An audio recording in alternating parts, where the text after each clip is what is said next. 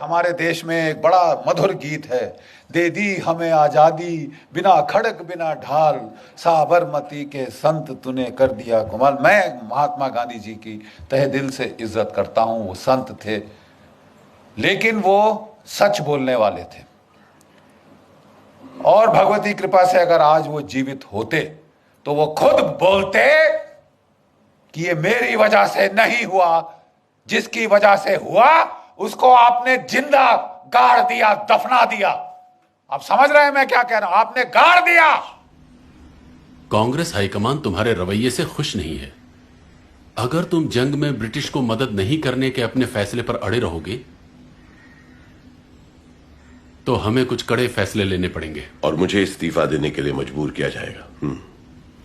सुनो जवाहर, चाहे जो भी हो जाए, मैं कभी उस साम्राज्य का समर्थन नहीं करूंगा जिसने 200 साल तक हम पर बेरहमी से राज किया, और मैं कभी भी फिरंगियों के लिए भारतीय सैनिकों के बलिदान का समर्थन नहीं करूंगा। अगर उन्हें लड़ना है तो उन्हें भारत के लिए लड़ना होगा, मातृभूमि के लिए। सैनिकों के जरिए हिंसा करना, भले वो आत्मरक्षा के लिए हो, किसी समस्या का हल नहीं है सुभाष। अहिंसा का मार्ग जो हमें बापू ने दिखाया है, हमें उसी पर चलना होगा। आजादी कोई भीख नहीं, यह हमारा अधिकार है, और अधिकार मांग कर नहीं, छीन कर लिया जाता है। तुम्हारी सोच एकदम गलत है सुभाष। हिंसा से कभी कुछ हासिल नहीं होता। भारत की आजादी का एकमात्र उपाय है अहिंसा। मेरा ये मानना है।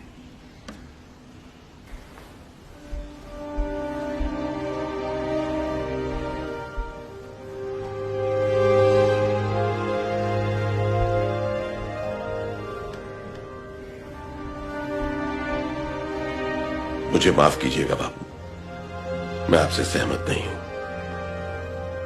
आप लोग अपने तरीके से आजादी के लिए लड़िए, मैं अपने हिसाब से लड़ता हूं। मुझे आशीर्वाद दीजिए कि मैं आजादी छीन कर आजाद हिंदुस्तान में वापस आ सकूं।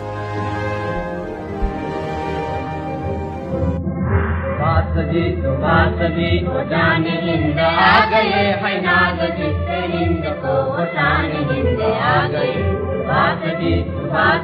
वो जाने हिंद आ गए, फैनाज जिससे हिंद को वो शान हिंद आ गए। जिस आदमी ने, जिस शख्स ने और जिसके सैनिकों ने हमें आजादी दी, आपने उनको जिंदा दफना दिया। 60,000 की इंडियन नेशनल आर्मी थी जो सुभाष चंद्र बोस ने रेस करी थी, खड़ी करी थी। 3 डिविजन्स थी इसके अंदर, और इनमें से 60,000 में से 26,000, जरा आंकड़ों पे ध्यान दीजिए, 60,000 में से 26,000 शहादत और कुर्बानी उनको मिली, प्राप्त हुई। वो लड़ते लड़ते मरे ताकि आप और मैं आजाद हो। 26,000 की कुर्बानी, और आप कह रहे हैं दे दी हमें आजादी बिना खड़क बिना ढाल। तुम्हारा मैं मुंह तोड़ दूं। सुभाष जाने हिंद है, सुभाष जाने हिंद है, सुभाष माने हिंद है, सुभाष माने हिंद है।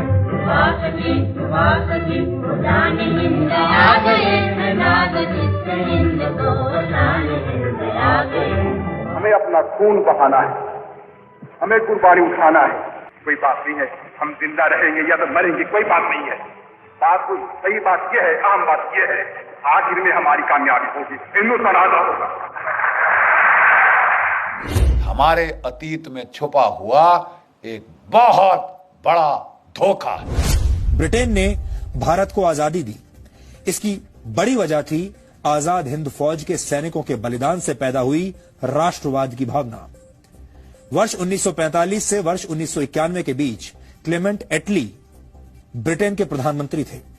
इसी दौरान भारत को आजादी दी गई, यानी जब भारत आजाद हुआ तब एटली ही ब्रिटेन के प्रधानमंत्री थे। आजादी के बाद क्लेमेंट एटली ने भारत का दौरा किया था। उस वक्त पश्चिम बंगाल के कार्यवाहक गवर्नर जस्टिस पीबी चक्रवर्ती थे। वो कलकत्ता हाईकोर्ट के चीफ जस्टिस थे। जस्टिस चक्रवर्ती ने इतिहासकार आरसी मजूमदार की किताब अ हिस्ट्री ऑफ बंगाल के प्रकाशक को एक पत्र लिखा। इस पत्र में उन्होंने लिखा कि जब मैं गवर्नर था तब भारत को सत्ता सौंपने वाले ब्रिटेन के पूर्व प्रधानमंत्री एटली ने कोलकाता के राजभवन में 2 दिन बिताए थे। उस समय मैंने आजादी के वास्तविक कारणों के बारे में उनके साथ लंबी चर्चा की। एटली के लिए मेरा सीधा सवाल यह था कि महात्मा गांधी का भारत छोड़ो आंदोलन कुछ समय पहले ही खत्म हो गया था और 1947 में ऐसी कोई परिस्थिति नहीं थी कि ब्रिटेन को जल्दबाजी में भारत छोड़ना पड़े। इसके जवाब में एटली ने पीबी चक्रवर्ती को कई कारण बताए भारत छोड़ने के। एटली ने कहा कि नेताजी सुभाष चंद्र बोस की सैन्य गतिविधियों की वजह से भारत की सेना और नौसेना के सैनिकों की वफादारी ब्रिटिश क्राउन यानी ब्रिटिश राज के प्रति कम हो रही थी। इस चर्चा के अंत में पीबी चक्रवर्ती ने एटली से यह पूछा कि भारत छोड़ने के फैसले पर महात्मा गांधी का कितना असर था। इस सवाल को सुनकर एटली ने मुस्कुराते हुए सिर्फ एक शब्द का इस्तेमाल किया और वो शब्द था मिनिमल, यानी कम से कम। यानी महात्मा गांधी का जो प्रभाव था इस फैसले पर कि अंग्रेज भारत छोड़कर जाएं, उसमें महात्मा गांधी का प्रभाव मिनिमल था, यानी मामूली था। उसी का दारा आ गया, निषाद मन से छा गया, एशिया का प्रताप एशिया में आ गया। बात की जाने हिंद आ गए, आजाद हिंद को बचाने हिंद आ गए। बात की जाने हिंद आ गए, आजाद हिंद को बचाने।